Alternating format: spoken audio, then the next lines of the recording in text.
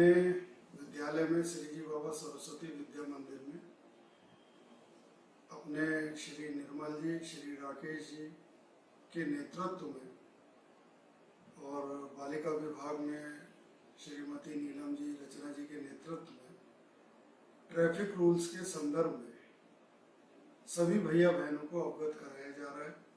साथ ही पिछले कुछ वर्षों में भारत सरकार के द्वारा, प्रदेश सरकारों के द्वारा ट्रैफिक रूल्स के संदर्भ में, विद्यालय की बसों के संदर्भ में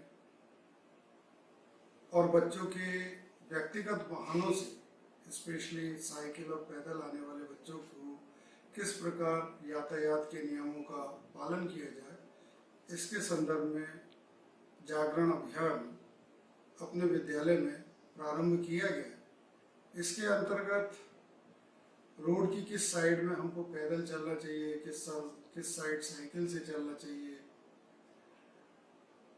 बस से उतरते समय हमको क्या क्या सावधानियां बरतनी चाहिए, बस में चढ़ते समय क्या क्या सावधानी बरतनी चाहिए, और इन सब रोड के जो रूल्स हैं, रोड के जो नियम हैं, उनको सिखाने के लिए विद्यालय के अंदर किस प्रकार अपने फ्लोर से लेफ्ट हैंड साइड का रूल का पालन करते हुए फ्लोर से लाइन से उतर के आना है, अपने वाहनों तक पहुंचना है, फिर साइकिल से किस प्रकार रोड पे पहुंचना है और रोड पे पहुंचकर फिर किस प्रकार नियमों का पालन करना है, इनके संदर्भ में अपने परिवहन विभाग के द्वारा श्रीमती नीतू शर्मा जी, श्रीमती नीलम मिश्रा जी, मैं यहाँ नाम कोट करना चाहूँगा, ऐसे दो अधिकारियों का जो स्कूलों में बच्चों को यातायात के संदर्भ में जागरण अभियानों में ठीक प्रकार से अवगत करा रहे हैं। और मेरा अपना ये मानना है कि जीवन के हर क्षेत्र में जो नियम हैं, जो कायदा है, उन्हें हमें पालन करना चाहिए। उदाहरण के तौर पे हवा जब अनुशासन में चलती है तो शीतलता प्रदान करती है, नदी जब अनुशासन में बहती है तो जीवंतता प्रदान करती है।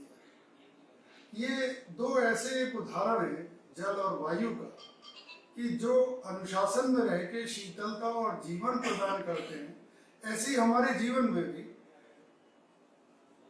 विभिन्न प्रकार के जो जीवन जीने को कलाएं हैं, उनमें से एक यातायात है, यातायात के साधन है, और उन यातायात के साधनों का किस प्रकार प्रयोग किया जाए और किस प्रकार रोड ट्रैफिक रूल्स का पालन किया जाए, हमको आना चाहिए। और खुशी का विषय यह है कि अपने सभी भैया बहन इन नियमों का पालन ठीक प्रकार से करना है। मैं आयोजक मंडल को, परिवहन विभाग को, आप सभी को श्री जी बाबा सरस्वती विद्या मंदिर परिवार की ओर से हार्दिक शुभकामनाएं और बधाई देता हूँ। हमारी सरकार ने दुर्घटना से बचने के लिए यातायात के कुछ नियम बनाए हैं। ट्रैफिक सिग्नल होता है, इसमें 3 बत्तियां होती हैं। सबसे पहली बत्ती लाल, फिर दूसरी पीली और सबसे आखिरी में हरी बत्ती होती है। लाल बत्ती सारे वाहनों को रुकने का संकेत देती है और पैदल चलने वाले यात्रियों को ज़ीब्रा क्रॉसिंग का इस्तेमाल करते हुए सड़क पार करने का संकेत देती है। पीली बत्ती सारे वाहनों को चलने के लिए तैयार होने का संकेत देती है और सबसे आखिरी में हरी बत्ती सारे वाहनों को सुरक्षा पूर्वक सड़क पर चलने का संकेत देती है।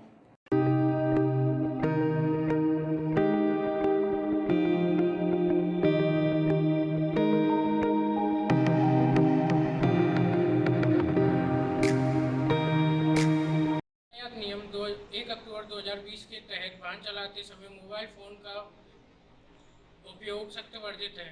कुछ लोग वाहन चलाते समय हमें सेल्फियाँ लेते भी दिखाई पड़ते हैं, जो कि बिल्कुल गलत है, क्योंकि उन्हें अपनी एक सेल्फी की कीमत अपनी जान देकर भी चुकानी पड़ सकती है तथा 1 साल का जेल और 2000 रुपये का चालान देकर भी चुकाना पड़ सकता है। वन वे के अनुसार आप अपना वाहन मोड़ नहीं सकते। आपको अपना वाहन जब तक सीधा चलाना है जब तक कोई मोड़ ना आ जाए। वन वे में चलाते समय ध्यान रखें कि बाकी वाहनों से कुछ फासला बनाए रखें। आज मैं आपको ओवरटेकिंग के नियमों के बारे में बताऊंगा। भारत में गाड़ियाँ उल्टे हाथ में चलाई जाती हैं, तो आपको हमेशा राइट से ओवरटेक करना चाहिए। अगर आप लेफ्ट से ओवरटेक करेंगे तो आपको कोई दुर्घटना का सामना करना पड़ सकता है। Thank you. फिसलन भरी सड़क, ये चिन्ह दर्शाता है कि आगे सड़क पर फिसलन है, इसलिए वाहन धीमी रफ्तार पर चलाएं और सावधानी पूर्वक चलाएं। यातायात के नियमों में से नो यू टर्न भी एक नियम है। जिस सड़क पर आप चल रहे हैं और अगर वहाँ नो यू टर्न का बोर्ड है, इसका मतलब है उस सड़क से यू टर्न लेना वर्जित है। क्रॉसिंग, जैसा कि आप इस इमेज में देख रहे हैं, यह एक सफेद पट्टी होती है जिसपे सभी वाहनों को रुकना अनिवार्य होता है। यह पैदल चलने वालों की सहायता के लिए बनाई जाती है। इस पे 2 पहिया वाहन तथा 4 पहिया वाहन दोनों का रुकना अनिवार्य होता है। इस पे ना रुकने पे 2000 रुपए तक का जुर्माना तथा 3 महीने तक की जेल हो सकती है। धन्यवाद। नो पार्किंग, बहुत से लोग अपने वाहनों को सड़क के किनारे और कहीं भी खड़ा कर जाते हैं, जो कि बिल्कुल गलत है। आपको अपने वाहनों को सिर्फ पार्किंग एरिया में ही खड़ा करना चाहिए और दूसरे वाहनों से कुछ दूरी बनाकर करना चाहिए।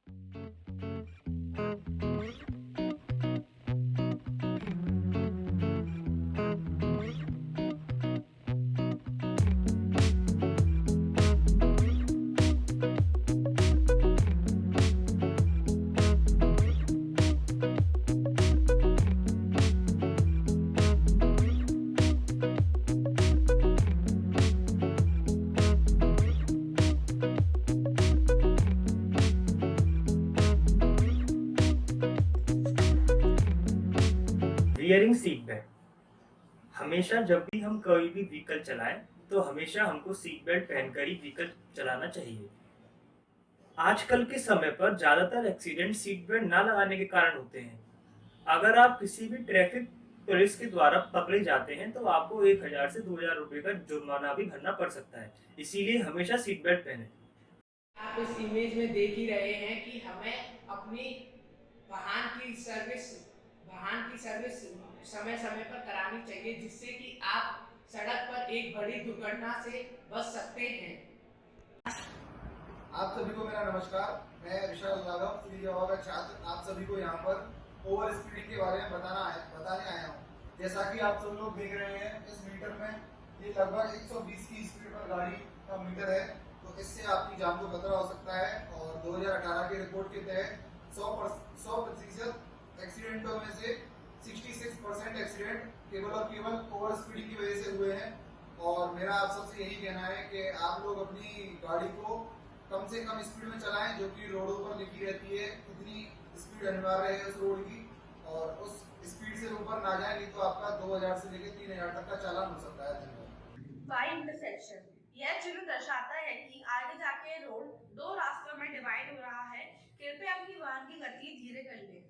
हम और रफ रोड, ये बताता है कि आगे स्पीड ब्रेकर है और आपको आपके वाहन की गति धीमी कर लेनी है और उसे सावधानी पूर्वक पार करना है, ताकि आप किसी भी प्रकार की अनहोनी से बचे रहें। स्कूल चिन्ह, ये चिन्ह स्कूल आने से पहले सड़क के किनारे लगाया जाता है, जिससे वाहन चलाने वाले को पता चल सके कि आगे स्कूल है। वे अपने वाहन की गति धीमी रखें। आपको इंश्योरेंस के बारे में बताऊंगा। इसमें इंश्योरेंस एक अब आवश्यक चीज हो गई है। इसमें अगर आपका वाहन का बीमा नहीं है, तो अगर आप उसके बाद भी रोड पर वाहन लेके जा रहे हैं, तो आपका 2000 रुपये चालान कट सकता है। इसमें 1988 एक्ट के दौरान ये वाहन का बीमा कराना आपका कंपलसरी हो गया है। इसमें 3 तरह की चीजें कवर होती हैं, जैसे प्रॉपर्टी कवरेज। मान लीजिए किसी प्रॉपर्टी का नुकसान हो रहा है किसी सड़क हादसे में, तो सड़क हादसे में प्रॉपर्टी का नुकसान हो रहा है, तो वो इंश्योरेंस कंपनी उसको सड़क प्रॉपर्टी का पैसा देगी। अगर लायबिलिटी का नुकसान हो रहा तो कम पैसा देगी सामने वाली कंपनी। और मेडिकल चेकअप कराने के लिए मेडिकल वालों को पैसा देगी। और ये आपको कराना आवश्यक हो गया है। राइट टर्न प्रोहिबिटेड यानी दाहिने तरफ मुड़ना मना है। लेफ्ट टर्न प्रोहिबिटेड यानी बाहिने तरफ मुड़ना मना है। यह चिन्ह हमें तब देखने को मिलते हैं जब किसी भी कारणवश हमारा दाहिने या बाहिने या दोनों ही तरफ मुड़ना मना होता है, लेकिन हम देखते नहीं हैं और किसी भी असुविधा या परेशानी के चपेट में आ जाते हैं। गिव अवे, यह चिन्ह हमें दर्शाता है कि इस रोड पर दूसरे वाहनों को भी रास्ता दें और आप जहां भी यह चिन्ह देखें वहाँ अपने वाहन की गति धीमी कर लें और वाहन को सावधानीपूर्वक चलाएं। आप देख रहे हैं टॉपिक ओवरलोडिंग। इसका मतलब कि अगर किसी भी वाहन सवारी पे ज़्यादा एक सुनिश्चित सीमा होती है सवारी बिठाने की, अगर उससे ज़्यादा सवारी बिठाई जाए तो दुर्घटना होने की संभावना भी बन सकती है। इस चीज़ को बचाने के लिए यातायात प्रशासन ने एक सुनिश्चित दंड का प्रावधान किया है। एक्सीडेंट प्रोन जोन, यह चिन्ह हमें दर्शाता है कि यह रोड दुर्घटना संभावित क्षेत्र है। कृपया अपनी वाहन की गति धीमी रखें और वाहन सावधानीपूर्वक चलाएं। वाहन चलाते समय मौसम का भी ध्यान रखें। अगर आप वाहन पे जा रहे हैं तो सर्दियों के मौसम में फॉगी वेदर होने के कारण अपनी हेडलाइट चालू रखें वाहन की, ताकि कोई दुर्घटना घटने से बच सके।